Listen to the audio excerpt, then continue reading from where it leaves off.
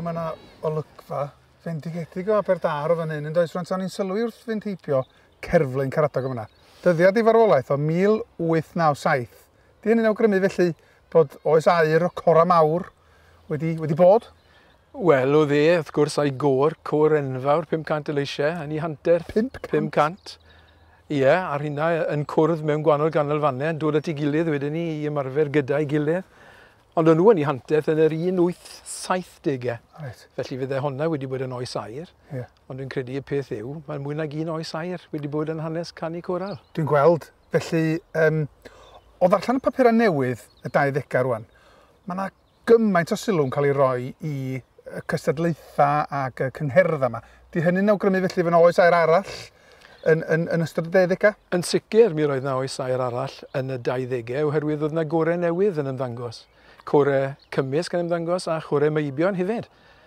Un cor a nath ddechrau yn yr 20au, fan hyn oedd yr cor Cwm Bach yn ardal Aberdâr fan hyn. Treforys yn gor arall nath gychwyn yn y 20au. Ond mi roedd yna gorau cymysg mawr eraill yn cwrdd hefyd yr adeg honno. Be sy'n anhygoel ydy fod, mwyn bod yn aelod o gor, mae rhaid cael rhyw syniad, a ryw wybodaeth cerddorol. Fydda hynny wedi dod o'r capeli felly? Bydde, y gyfrinach fawr wy'n credu bryd hynny oedd, wrth gwrs oedd yna leisiau naturiol gyda'r bobl, gyda'r werin bobl, yn dyfed, ni byth wedi cael problem yna fel Cymru, ni'n cynhyrchu'r leisiau. Ond pawb gyfych. Wel na, ond chi'n bod, mae enw gyda ni'n ryngwladol yn dos. Ond beth oedd gyda chi wrth gwrs, oedd y gallu yma ymhlith y boblogaeth i ganu darllen solfa. Yeah. A fel o'ch chi'n gweud, oedd y solfa yna wedi cael ei ddysgu yn yr ysgol Sul trwy'r capeli, yr ysgol Gan ar gyfer y gymynfa ganu ac yn y blaen. Ac yn yr ysgol ddyddiau, oedd solfa wedi cael ei ddysgu fel nodiant cerddorol yn yr ysgol ddyddiol ers degawdau cyn hynny. Ac wrach rhyw nodwedd arall o'n i'r Cymru, da ni'n gystadleuol iawn dydan, felly oedd yr Eisteddfod yn bwysig ac ennill yn yr Eisteddfod oedd y peth i wneud felly. Oedd ennill yn y genedlaethol yn dod â ryw fri a pharch arbennig. A Cor Ystol Afera er enghraifft yn ennill yn y genedlaethol dros y mynydd fan hyn yn Rheorci, 28. Ac yn dod nôl wedyn ar y tren wedi bod yn fuddigol yn yr Eisteddfod ac yn cyrraedd orsaf drenau ac yn ôl pob sôn 20,000 o bobl yn aros i'w cyfarch a'i llongyfarch nhw wrth bod nhw'n cyrraedd. Rar gian fawr. Ac oedd y cystadlaethau yn yr Eisteddfod genedlaethol yr adeg honno yn debyg i redeg marathon oherwydd oedd y darnau oedd yn cael ei gosod yn heriol. O'n nhw ddarnau estynedig yn aml iawn, ac oedd y raglen ei hunan yn raglen faith. Na pan i chi'n meddwl yn 28 oedd yr Eisteddfod yn Rheorci, 30 o gorau yn cystadlu yn y brif gystadleuaeth goral. A phob un o'r un yn canu rhyw raglen oedd yn ymestyn hyd at ryw 20 munud. Mae'n amlwg oedd hi'n gystadleuaeth wedyn, oedd yn redeg am oriau maith yn ystod y dydd. Achos da ni'n gyfarwydd â pobl yn y Eisteddfod yn cwyno fod ni'n mynd yn hwyr os di'n mynd wedi hanner nos. Byddai'n mynd i'r diwrnod wedyn felly? Wel, yn sicr oedd y cystadlaethau yma. A beth oedd gyda chi hefyd, wrth gwrs, rhyw fath o adeilad lle oedd rhaid yn cymryd lle yn cael ei alw yn bafiliwn, ond hwyrach mae rhyw fath o shed oedd hwn yn yma. Oedd e'n enfawr o beth. Pobl yn gwasgu mewn fyna, mae'r papurau y dydd yn sôn am 20,000 o bobl mewn cynulleidfa o fewn yr adeiladau yma. Siŵr o fod yn sefyll lot o'n nhw'n eistedd ar feinciau ac yn y blaen, ond yn aros fyna am oriau maith yn gwrando ar y cystadlaethau. A hefyd, oedd yna arian mawr yn cael ei ennill weithiau, oedd yna?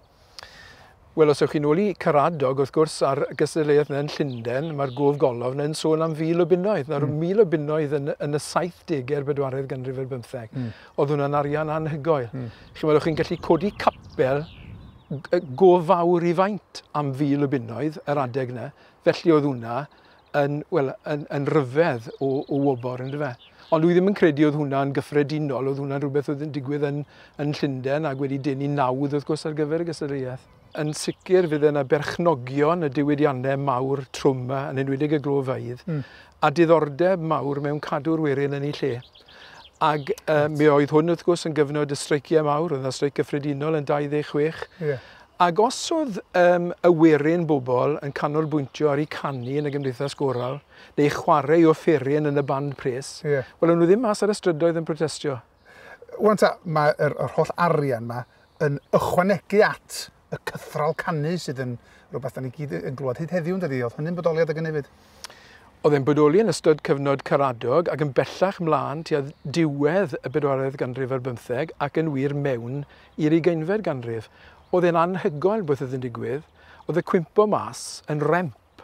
A nid dim ond cwympo mas geiriol oedd e o gwbl, ond oedd cwympo mas corfforol. Oedd y carfannau gwahanol mewn gefnogwyr yn ymosod ar ei gilydd.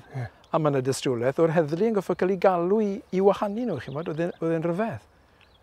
Oeddech chi'n sôn gyna fod nhw, yr cora yma mor fawr, oedden nhw'n ymarfer mewn llefydd gwahanol ar adegau gwahanol felly?